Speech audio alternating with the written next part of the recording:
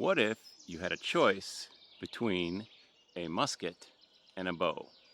Today on the What If Brigade, I want to be talking a little bit about something that came up in a Matt Easton video about Native American weaponry, mostly about tomahawks, but it also touched on uh, muskets and bows. And I think in the video gamer, RPG centric world, a lot of people look at the rate of fire on a bow and arrow and conclude that it is better than a musket.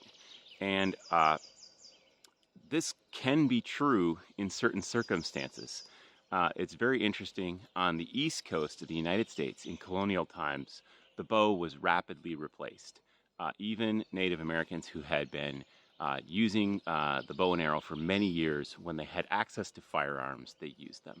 While the bow maintained more popularity out west on the plains. And I think there's a very simple reason for this, and it is forest. And before we get too far into this, I want to say that I am by no means a archery or musketry expert. However, I did have a couple of bows growing up. I used them quite a bit in the woods out back behind our house.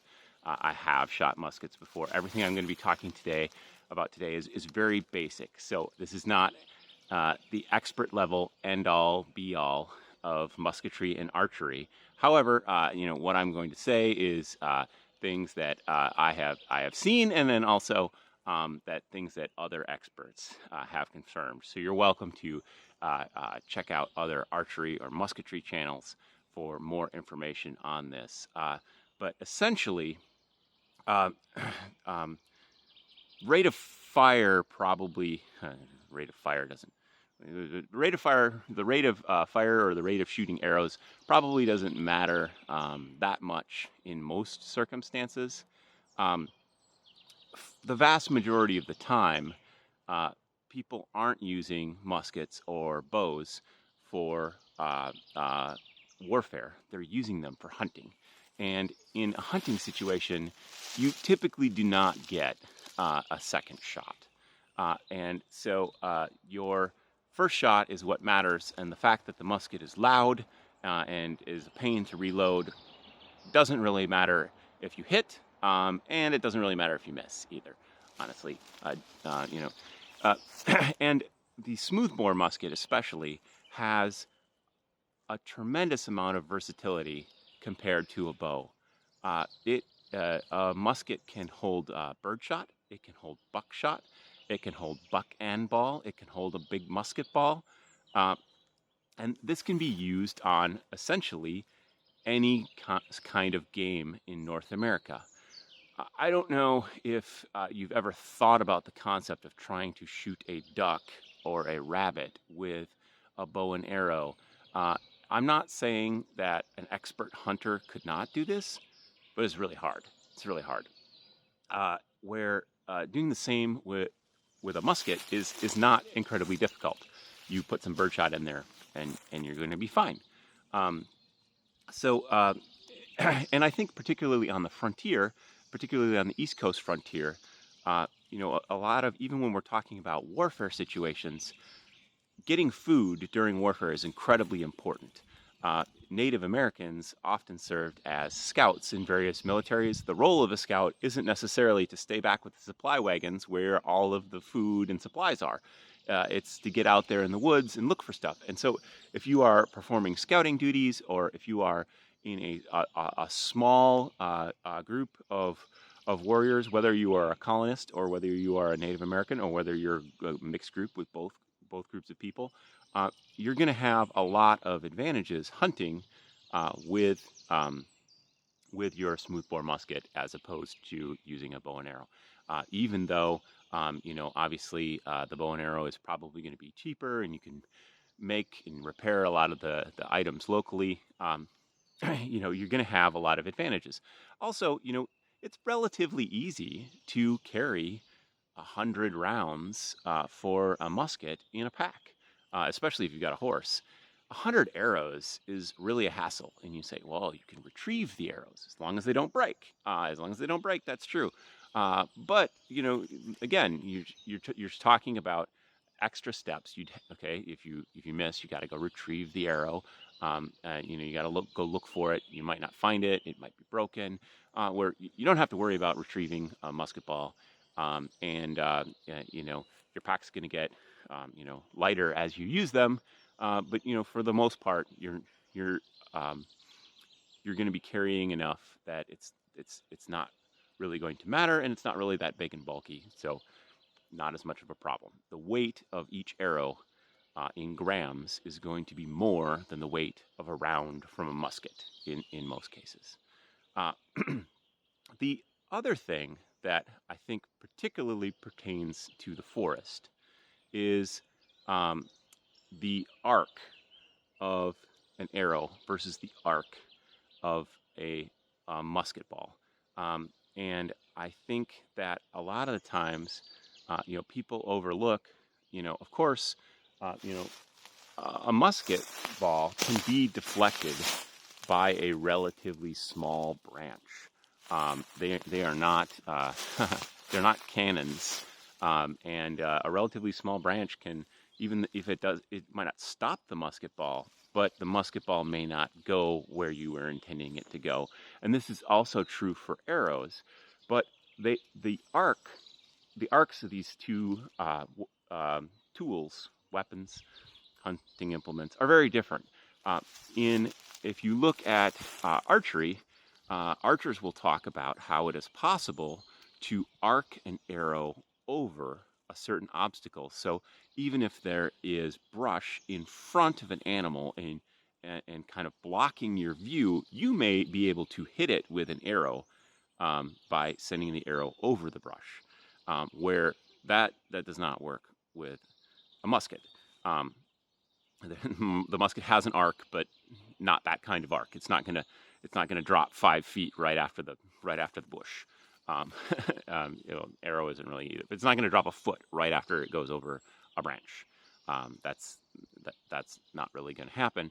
But the reverse is also true. There may be animals that you can see, but because there is a low-hanging branch in your way, you cannot shoot that animal that you can see quite clearly with an arrow, because your arrow must go high enough to get under. It must go high enough so it's going to drop as arrows basically kind of always. It's going to drop in towards the target, but it's got to go high enough that it'll hit a branch before it gets there. Where with a musket, it's they also have a drop, but it's not going to be nearly as much for line of sight, especially when you're in the woods. You don't really have a really long range. 50 meters is a long ways in the woods to shoot an arrow or to shoot a musket, because there are branches in the way. And if it gets to be 100 meters away, I mean, what can you see 100 meters that way? You have no idea what's over there. You could hear people over there. You could maybe think that there's people over there, but you can't take a shot at them. I don't care if it's with a musket or with an arrow, because you can't see them. And that's so you're going to be closer. And this kind of brings it back to the whole rate of fire conversation, where if you're 25, 50 meters away from a target, it doesn't matter if it's an animal or a person. Again, you're probably not going to get a second shot. If you are attacking people from 25 meters away, first of all, if they have any weapons, they are going to return fire after your first shot. That's just going to happen. They are going to realize that you are there and try to return fire. But even if they don't have any muskets or arrows, they can still pretty much attack you from 25 meters away.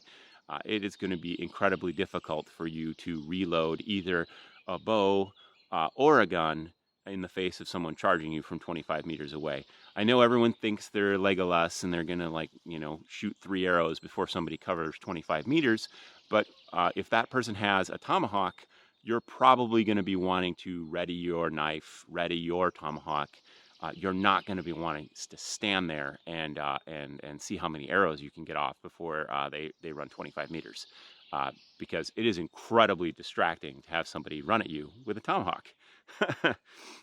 So, this kind of and and again, if you think about this in terms of where the bow and arrow held on for a lot longer, out on the a lot of these things aren't necessarily true. Out on the plains, a much longer shot with a rifle or with a bow is possible.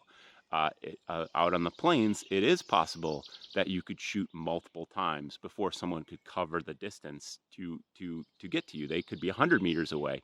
100 meters is a legitimate bow shot, but it's going to take them 10 seconds to get there. You're going to have some time to get a second shot with a bow. So there, it makes more sense. And so we can kind of see that, whether a bow is better than a musket depends a lot on the context.